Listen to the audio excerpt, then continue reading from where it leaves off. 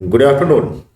आज हम लोग 2024-25 के बजट पे चर्चा करते हैं। ठीक है, वैसे तो ये अंतरिम बजट है और अंतरिम बजट में कोई नया प्रावधान नहीं होता है।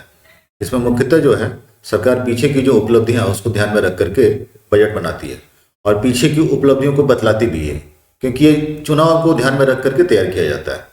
तो ऐसा बजट जो होता है अंतरिम बजट कहलाता है। 2024 का जो बजट है इसमें 2047 तक जो है विकसित भारत बनाने का प्रावधान किया गया है। वो भी कैसा विकसित भारत? सर्व समावेशी, यानी कि सभी का विकास हो। इसमें इस बात को ध्यान रखा गया है कि सभी का विकास हो। 2047 तक रखा गया है देश को विकसित भारत बनाने का। ठीक है, पहले ही जानते हैं कि आंतरिक बजट होता क्या है। ठीक है, सरकार द्वारा प्रस्तुत किया जाता है जो संक्रमण काल से गुजर रही हो और आम चुनाव से पहले अपने कार्यकाल का अंतिम वर्ष। ठीक है, ऐसे बजट को जो होता है वो अंतरिम बजट बोला जाता है। अंतरिम बजट का जो उद्देश्य होता है इसमें सरकारी व्यय और आवश्यक सेवाओं को निरंतरता सुनिश्चित करना है जब तक कि कई नई सरकार कार्यभार संभाल ले। यानी कि जब सरकार फिर नई जीत करके आएगी तो इस बजट को फिर से रिप्लेस किया जाएगा और नया बनाया जाएगा। अभी आपको आर्थिक सर्वे भी नहीं मिलेगा। और जैसे मान लो फिर से ही सरकार बन जाती है तो सरकार फिर से बजट पेश करेगी और फिर जो नया बजट बनाएगी वो पूर्ण बजट होगा।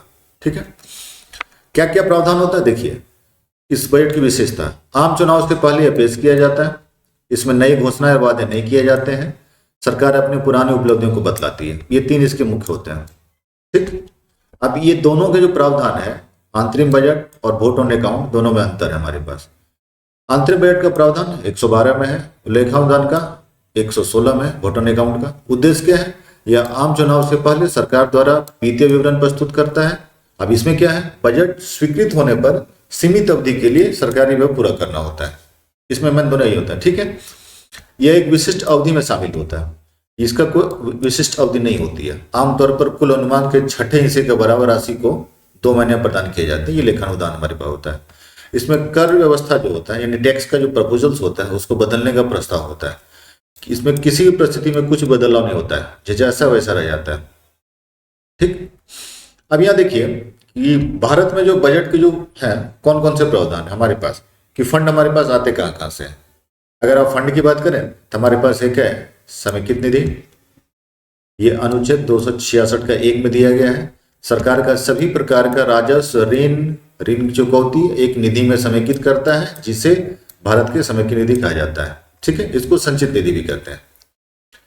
निकासी के लिए संसद की अनुमति की आवश्यकता होती है, लेकिन एक चीज छोड़ कर, न्यायाधीशों के वेतन जैसे आरोपित व्यय को छोड़ के, सुप्रीम कोर्ट का जो खर्चा होता है उसको छोड़ करके। दूसरा होता है सार्वजनिक खाता। इसका प्रावधान जो हमारे पास 266 2 आर्टिकल में किया गया है।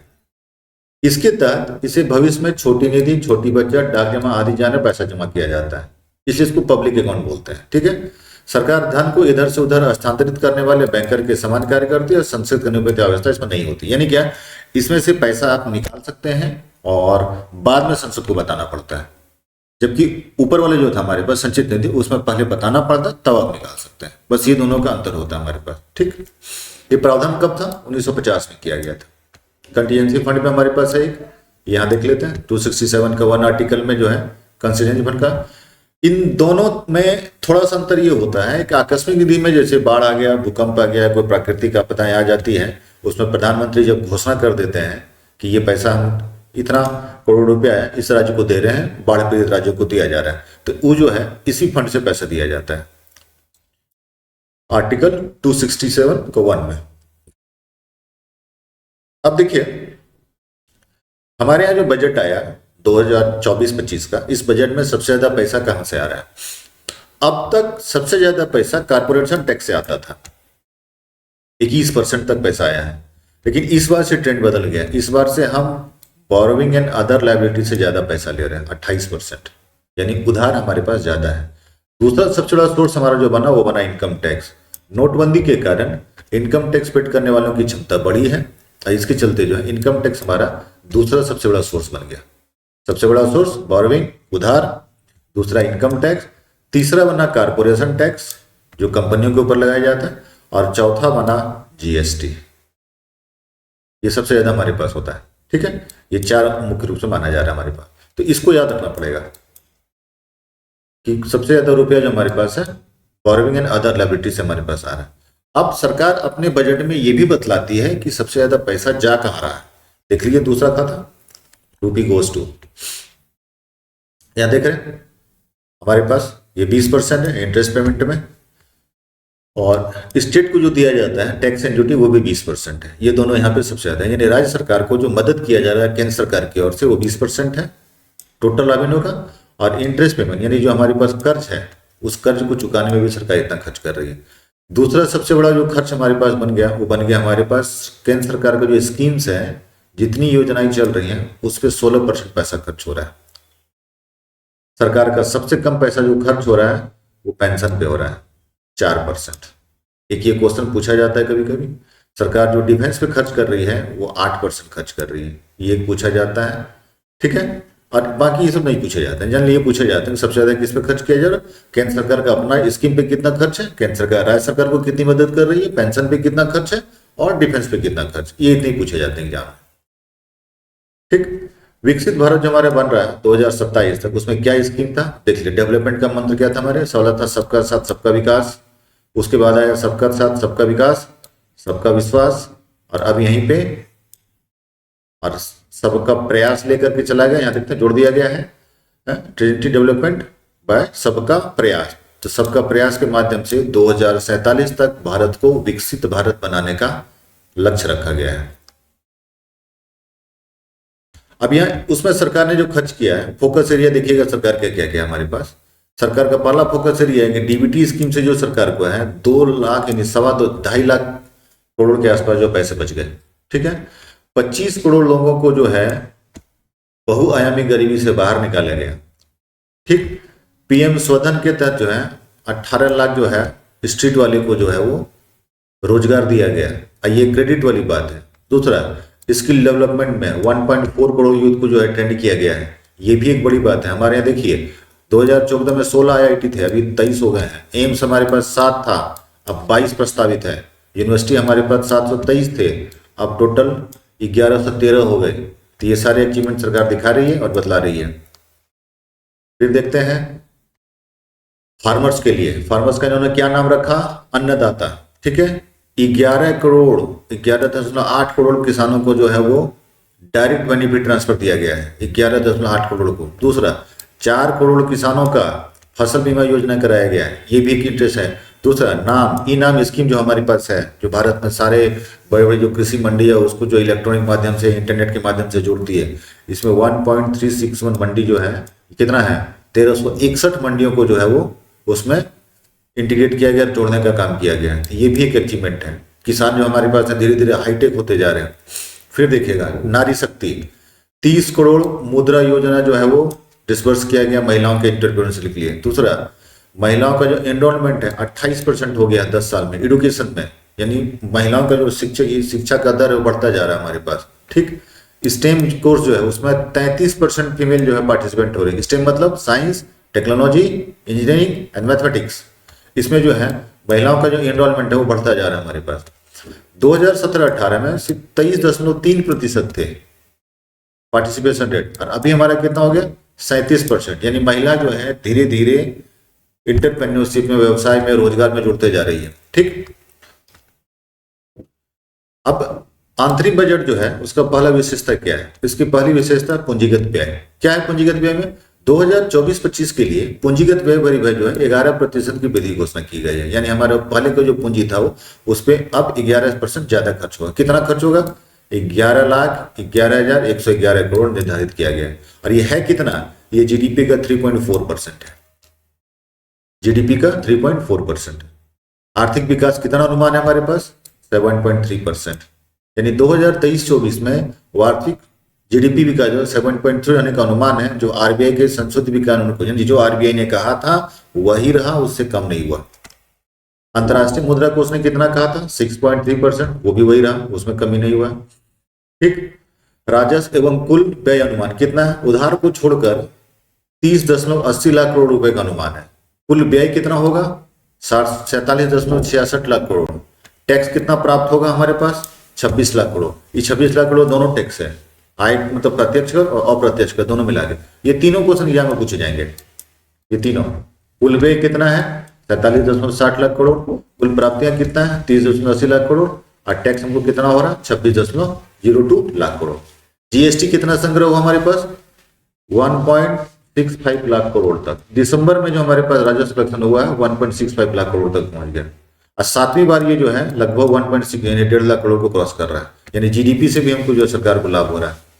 ठीक, अब आइए राजस्व घाटा कितना अनुमान है 5.1%, ये भी हमारा लक्ष्य है, और 2025 तक इसे 4.5% से कम करने का अनुमान रखा गया है। ये दोनों एक पॉजिटिव सिग्नल है इंडियन इकोनॉमी के लिए। ठीक, कराधान, ठीक है, अंतरिम बजट आय शुल्क सहित प्रत्यक्ष और अप्रत्यक्ष कर दोनों को जो है मौजूदा बनाया, मतलब कुछ भी चेंजिंग आयकर में और जीएसटी में चेंजिंग नहीं किया गया, जैसा पहले का था वैसा ही बनाए रखा गया, इसमें कहीं चेंजिंग नहीं किया। हाँ, कारपोरेट टैक्स में जो है मौजूदा घरेलू कंपनियों के लिए 22% और कुछ नई निर्माण कंपनियों के लिए 15% तक का छूट दिया गया है। नया कंपनी अगर आएगा तो उसको छूट दिया जाता है। ठीक है, एक चीज और लिखती है सरकार कि नई कर व्यवस्था के तहत 7 लाख करोड़ रुपए की आय वाले करदाता के लिए कोई देनदारी नहीं होगी। ठीक है, जो पहले का था प्रावधान ये वही प्रावधान, इसमें कोई चेंजिंग नहीं किया गया। क्लियर। स्टार्टअप और निवेश के लिए कुछ कर लाभ 31 मार्च 2025 तक एक वर्ष तक बढ़ाए गए हैं, ये भी एक प्रावधान किया गया। ठीक, अब आइए देखते हैं कि कितने कितने सरकार ने किया। प्राथमिकता क्या थी सरकार की, गरीब के लिए 25 करोड़ लोगों को गरीबी से बाहर निकाला गया, ये याद रखिएगा आंकड़ा, एसएससी, रेलवे, जेपीएससी, सीडीपीओ सभी में पूछेगा। दूसरा, पीएम स्वनिधि के तहत 8 लाख स्ट्रीट वेंडर को ऋण सहायता उपलब्ध, यानी जो किनारे किनारे झुग्गी झुग्गी में रहते हैं उनको प्रावधान किया गया है। महिलाओं के लिए देख लीजिए 30 करोड़ मुद्रा योजना दिया गया है। एसटी पाठ्यक्रम में 43% महिलाओं का नामांकन हुआ है, ये भी अच्छी पॉजिटिव सिग्नल है। 83 लाख स्वयं सहायता समूह के माध्यम से 1 करोड़ महिलाओं की सहायता लखपति दीदियों को बढ़ावा देना करेंगे, यानी हर महिलाओं को जो है कम से कम लाखपति बनाने के लिए सरकार काम कर रही है। ठीक है, एक दशक में उच्च शिक्षा में महिलाओं का नामांकन 28% बढ़ गया है एक वर्ष में। फिर देखिए युवाओं के लिए कौशल विकास मिशन के तहत 1.4 करोड़ युवाओं को प्रशिक्षण दिया गया है। ठीक है, प्रधानमंत्री मुद्रा योजना के तहत 43 करोड़ ऋण स्वीकृत करके उद्यमशीलता और आकांक्षाओं को बढ़ावा दिया गया है। किसानों के लिए, जिसको अन्नदाता बोला जाता है, पीएम किसान के तहत 11.8 करोड़ किसानों को प्रत्यक्ष वित्तीय सहायता प्रदान की गई है। फसल बीमा योजना के तहत 4 करोड़ किसानों का बीमा योजना हुआ है। कृषि बीमा में ई नाम के तहत 1361 मंडियों को एकीकरण किया गया, जोड़ा गया है। क्लियर है। अब हमारे यहाँ ये देखिए आधारभूत संरचना, इसमें सबसे पहले रेलवे आता है। जनरली इसमें बहुत ट्रेडिशनल क्वेश्चन नहीं पूछे जाते हैं, या पूछा जाता है निम्नलिखित में से कौन आधारभूत संरचनाएं हैं, तो रेलवे एक, दूसरा विमानन, तीसरा शहरी परिवहन, चौथा स्वच्छ ऊर्जा। इन सभी के क्षेत्रों में सरकार ने बढ़ावा दिया। क्या बढ़ावा दिया देख लीजिएगा यहाँ पे 2030 तक 100 मिलियन टन का कोयला गैसीकरण और द्रवीकरण करने की क्षमता रखी गई है, यानी आने वाले समय में हम सीएनजी, हाइड्रोजन, इथेनॉल, क्लेथरेट यही सब का प्रयोग करने वाले हैं, यानी हमारे यहाँ से अब धीरे धीरे जो है तेल और पेट्रोल डीजल खत्म होने के कगार पर है। ठीक, बायोमास एकीकरण मशीन की खरीद सहायता करें, यानी जो बायोमास का जो गैस जो है उसका एकीकरण करने के पहले क्या होता था कि ये बायोगैस बनाने के लिए गर्मियों में प्लांट लगवाना पड़ता था। अब सरकार बोलती है प्लांट लगाइए मत, प्लांट हम देंगे, और ये एक बहुत बड़ा अचीवमेंट है सरकार के लिए। सरकार अगर ऐसा कर रही है ये बहुत बड़ा अचीवमेंट है कि हम तेल, गैस, पेट्रोल के मामले में आत्मनिर्भर बनते जा रहे हैं, और हम अगर आत्मनिर्भर बनेंगे तो आप स्वाभाविक रूप से मान के चलिए कि इससे हमको कई गुना फायदा होगा, हम दूसरे कंट्री पर निर्भर नहीं होंगे। दूसरा, हमको इसमें जो है स्वच्छ रोजगार का सृजन ज्यादा होगा, गांव गांव में जो है लोग स्वरोजगार में जुड़ेंगे, अधिक से अधिक लोगों को जो है रोजगार मिलेगा, क्योंकि ये सबसे बड़ा फैक्टर है बायोगैस। सीएनजी, पीएनजी सपिंडित बायोगैस का चरणबद्ध अनिवार्य सम्मिश्रण, यानी सबको मिला करके बनाया जाएगा। हाइड्रोजन से अब तेल जो हमारे पास है कार चलाने की बात चल रही है। छत पर सौर ऊर्जाकरण, आप अगर अपने घर पे ऊर्जा लगाना चाहते हैं तो क्या देगा 1 करोड़ परिवार को प्रति माह 300 यूनिट तक बिजली मुक्त करने का सक्षम हुआ। दूसरा, फिर देखिएगा आवास क्षेत्र में 30 मिलियन किफायती घर बने हैं हमारे पास सब्सिडी के, यानी प्रधानमंत्री आवास योजना के तहत जो है 30 मिलियन किफायती घर का निर्माण हुआ है। फिर देखिएगा स्वास्थ्य के क्षेत्र में लड़कियों का जो है 9 से 14 वर्ष की आयु जो है सर्वाइकल कैंसर टीकाकरण को प्रोत्साहित किया गया कि इस एज में लड़कियों को हो जाता था तो उसके लिए टीका निर्माण किया गया है। ठीक है, ये भी एक अचीवमेंट है। कृषि के क्षेत्र में देखते हैं क्या किया सरकार ने, सभी कृषि जलवायु क्षेत्रों में विभिन्न फसलों के लिए नैनो डीएपी के उपयोग को प्रोत्साहित किया जा रहा है। ठीक है, ये वो डीएपी है जो फसलों को कम प्रभावित करता है, और इतना ही नहीं है, ये मृदा प्रदूषण को भी कम करता है। ठीक है, डेयरी किसानों को समर्थन देने और खुरपका एवं मुंहपका रोग से निपटने के लिए नीतियां बनाई गई है जो जानवरों को हो जाता है। ठीक है, तिलहन में आत्मनिर्भरता के लिए रणनीति बनाया गया, अनुसंधान खरीद के लिए मूल्यवर्धन फसल बीमा को कवर किया गया है। नैनो डीप, ठीक है, डीएपी डाई अमोनियम फास्फेट भारतीय किसान उर्वरक सहकारी लिमिटेड द्वारा विकसित करने और एक नैनो प्रौद्योगिकी आधारित कृषि इनपुट है, ये भी किया गया है। अब देखिए मत्स्य क्षेत्र में एक नया गया मत्स्य संपदा योजना, याद रखिएगा इसको। मत्स्य क्षेत्र में बजट में किसको प्रोत्साहित किया जा रहा है? मत्स्य संपदा योजना को प्रोत्साहित किया जा रहा है। ठीक है, राज्य में कैपेक्स के लिए क्या किया गया? हमारे पास 75,000 करोड़ रुपए के प्रावधान के साथ 1.3 लाख करोड़ रुपए का परिव्यय करने का प्रावधान है। इसमें क्या है? 5 साल के लिए ब्याज मुक्त ऋण दिया जाएगा कैपेक्स योजना के तहत, लिखा हुआ देखिए 50 साल के लिए ऋण मुक्त योजना प्रावधान किया गया है। और ये जो है किसी कंपनी को दिया जाएगा, किसी व्यक्तिगत तौर पर नहीं दिया जाएगा। क्लियर? इसके बाद सरकार का जो है बजट का अनुमान क्या क्या? देखिए बजट में कुछ योजनाएं चलाई जा रही है। एक योजना है उसका नाम है चीनी सब्सिडी योजना का। ठीक है, सरकार ने क्या किया है? अंत्योदय योजना के तहत जो है चीनी से 2 वर्ष और यानी 31 मार्च 2026 तक बढ़ाने की अनुमति दे दी गई है। इस योजना के तहत केंद्र सरकार प्रतिभागी राज्यों के एवाई अंत्योदय अन्य योजना परिवारों को चीनी प्रतिमाह 18 रुपए प्रति किलोग्राम सब्सिडी पर दे रही है। अभी भी चल रही है इसमें। ठीक है, 15वें वित्त आयोग में सरकार ने क्या किया था? 1850 करोड़ रुपए से अधिक का लाभ देने का उम्मीद किया था इसमें, जो भी पूरा नहीं हुआ है, लेकिन सरकार का लक्ष्य भी है। ठीक है, भारत सरकार पहले से ही प्रधानमंत्री गरीब कल्याण अन्न योजना को निःशुल्क राशन प्रदान कर रही है। ये पहले से चल रही है हमारे पास, और साथ में सरकार ने एक और नई ले आई है, दोनों मिला के चलाएगी। ठीक, दूसरा एक स्कीम हमारे यहाँ चल रहा है, वो चल रहा है केंद्रीय करों और लेवी में छूट योजना। ठीक है, किसमें? परिधान और वस्त्र के मामले में। अगर आप किसी कपड़े का निर्माण करते हैं, टेक्सटाइल का निर्माण करते हैं, और इसमें क्या है, इसको निर्यात करते हैं, तो इसमें 2026 तक के लिए नीति चल रही है। इसमें आपको जो है थोड़ी सी छूट मिलेगी केंद्रीय करों में।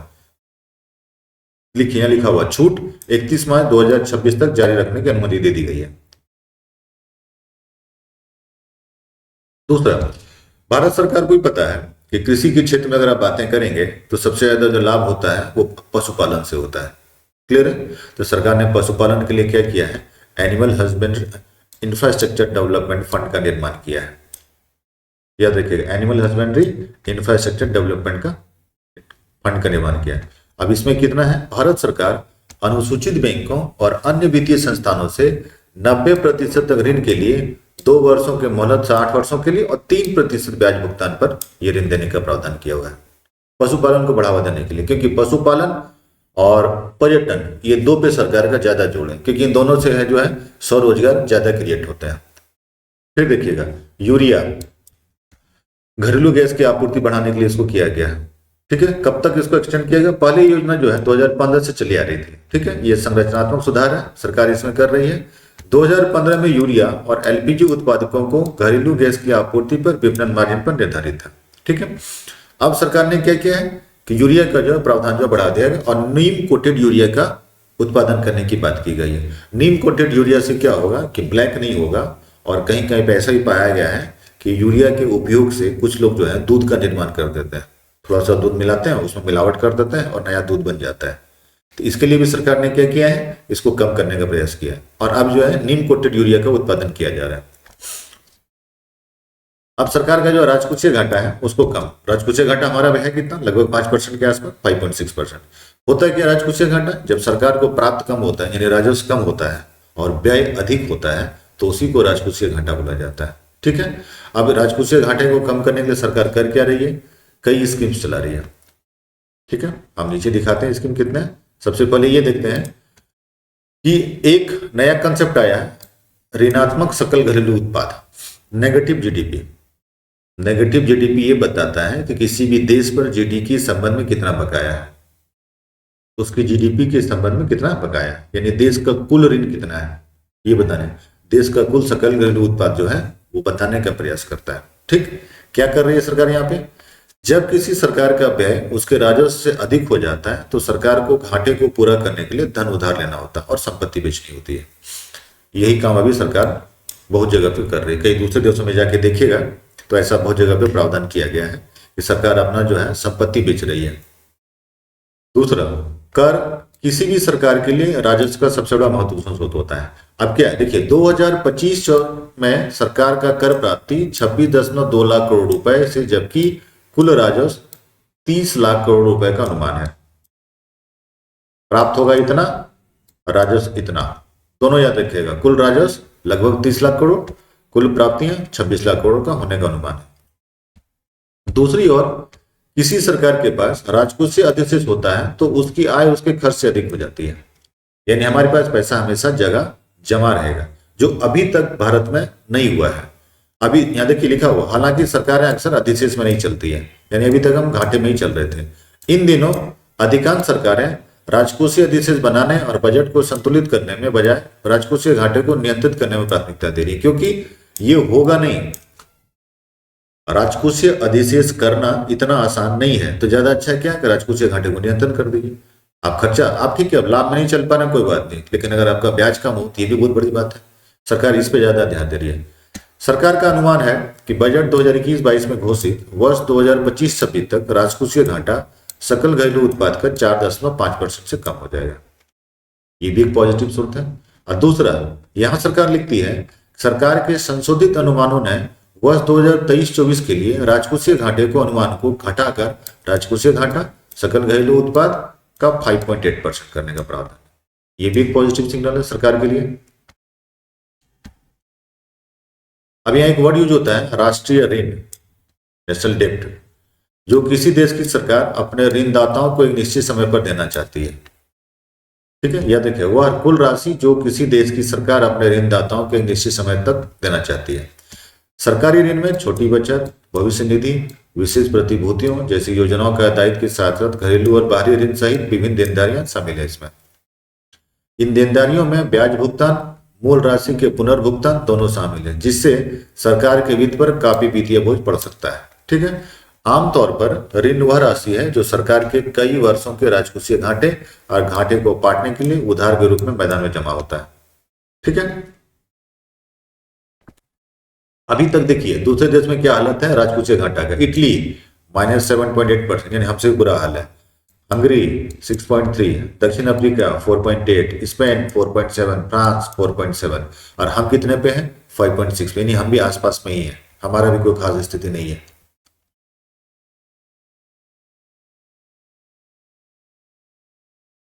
अब एक सरकार राजकोषीय घाटे को कम करने के लिए क्या क्या करती है। सबसे पहले कि बॉन्ड बाजार में उधार लेना पड़ता है, सरकार बॉन्ड जारी करती है और बॉन्ड के माध्यम से सरकार कर्ज लेती है। अब किससे कर्ज लेगी, कंपनियों से कर्ज लेगी। एक, कंपनी के कर्ज के अलावा सरकार आरबीआई से भी लेती है, सरकार हमसे और आपसे भी लेती है। हम और आप जब बॉन्ड खरीदते हैं तो उस बॉन्ड का प्रयोग जो होता है सरकार कर्ज लेने के माध्यम से ही करती है। हम और आप बॉन्ड ले लिए, ये बॉन्ड का पैसा सरकार को दे दिए, यानी बैंक से। अब बैंक ये पैसा केंद्र सरकार को दे देगी। अब केंद्र सरकार इस पैसे को एक समय तक यूज करेगी और अपने घाटे की पूर्ति करेगी, और फिर घाटे की पूर्ति के बाद जो पैसा बचता है वो हम लोग को वापस भी किया जाता है। हम और आप बॉन्ड इसलिए लेते हैं क्योंकि हमें पूरा भरोसा रहता है कि सरकार के पास पैसा है तो पैसा हमको सुरक्षित है और हमको उसका रिटर्न मिल जाएगा।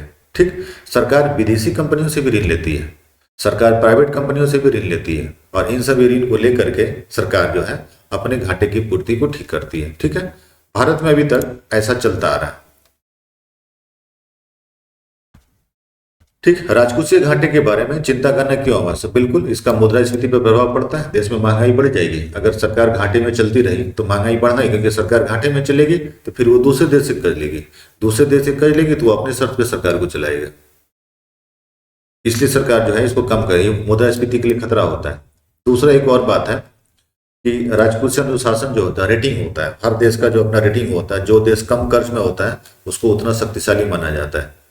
ठीक है, ऐसे तो सभी कर्ज में, लेकिन जो सबसे कम कर्ज में उसको शक्तिशाली माना जा रहा है, तो उस घाटे में उसका रेटिंग जो है नीचे चला जाता है, तो फिर उसको क्या होता है कि बड़े बड़े वित्तीय संस्थान से ऋण नहीं मिल पाता है। तीसरा है सार्वजनिक ऋण का प्रबंधन, खर्च जितना कम कीजिए उतना अच्छा है हमारे लिए और आपके लिए। सरकार जो इसका प्रबंधन करने का प्रयास करती है। अब सरकार ने क्या क्या किया है राजकोषीय घाटे को कम करने के लिए, क्या क्या देखिए यहाँ लिखे है कि भारत में राजकोषीय घाटे तथा राजस्व ऋण के प्रबंधन हेतु क्या क्या किया जा सकता है। राजकोषीय अनुशासन और सुदृढ़ीकरण, राजस्व संग्रह में वृद्धि, व्यय को युक्तिसंगत बनाना, ऋण प्रबंधन नीति करना, दीर्घकालीन संचालित सुझाव। यानी क्या कि सरकार जो है इन सभी के माध्यम से सरकार जो अपना राजकोषीय घाटा और प्रबंधन करने का प्रयास करती है। सरकार का सबसे अच्छा टारगेट ये होता है वो अपना खर्चा कंट्रोल करते हैं। अननेसेसरी जितने भी खर्च होते हैं इन सारे खर्च को सरकार कम करने का ही प्रयास करती है। खत्म नहीं कर सकती है क्योंकि खत्म होगा नहीं, खर्च तो देना ही पड़ेगा आपको, कम हो सकता है। क्लियर? आप देखते हैं कि क्वेश्चन कैसा कैसा एग्जाम में पूछा गया है। सबसे पहला क्वेश्चन है कि बजट 2024-25 के अनुसार केंद्र सरकार को सर्वाधिक राजस्व किस मद से प्राप्त होते हैं? उधार और ऋण से प्राप्त होती है। दूसरा, बजट 2024-25 के अनुसार कुल व्यय कितना अनुमानित है? 47,65,768 करोड़। आंतरिक बजट से संबंधित कौन सा कथन सत्य है? देखिए, यह आम चुनाव से पहले की घोषणा है, सही है। नए वादे घोषणाएं नहीं किए जाते हैं, सही है। सरकार पुरानी उपलब्धियां बताती है, ये सही है। आंसर कौन सा होगा? उपरोक्त सभी। बजट 2024-25 के अनुसार सरकार ने पिछले 10 वर्षों में कितने लोगों को बहुआयामी गरीबी से निकाला? लगभग 25 करोड़। 5 नंबर, पीएम जनधन खाते का उपयोग से बैंक खाते से कितना प्रत्यक्ष हस्तांतरण हुआ? 34 लाख करोड़ का। डीबीटी स्कीम से सरकार को कितने राशि की बचत हुई है? अभी तक 2.7 लाख करोड़ का बचत हुआ है, जो बजट में लिखा हुआ है। 7 नंबर, पीएम किसान योजना के तहत कितने करोड़ किसानों को वित्तीय सहायता प्रदान की गई? 11.8 करोड़। 8 नंबर, पीएम फसल बीमा योजना के तहत कितने करोड़ किसानों को फसल बीमा उपलब्ध कराई गई है? लगभग 4 करोड़।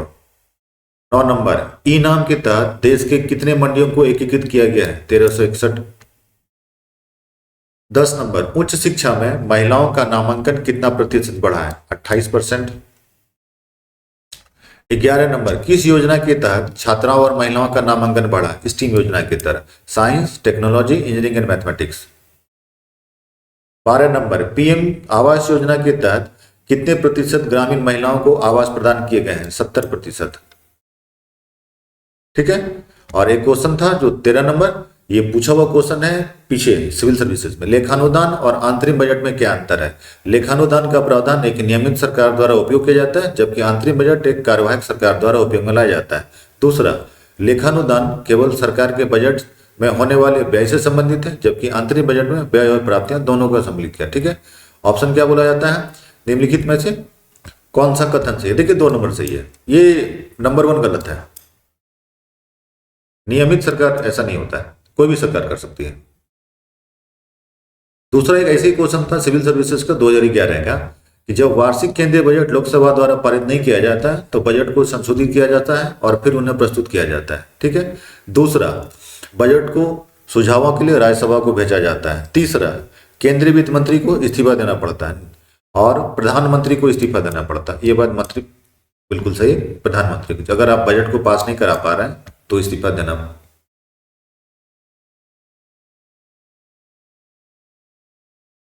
लास्ट 15 नंबर क्वेश्चन, केंद्रीय बजट 2011-12 में जैव आधारित टाइमर को मूल सीमा शुल्क में पूर्ण छूट दी गई थी। इस सामग्री का महत्व क्या था? देखिए, इस सामग्री का मुख्य महत्व जो था हमारे पास वो 1 नंबर था। सबसे पहला, पारंपरिक डामर के विपरीत जैव डामर को यूज करना, ये किया गया था। दूसरा, बायोडाइफॉस्फेट का बनाया गया था, ये भी सही है। और तीसरा हमारे पास जो है वो है कि सड़कों के सतह के लिए बायोडामर का उपयोग पर्यावरण के अनुकूल था। ये 3 का प्रयोग किया गया था। ठीक है।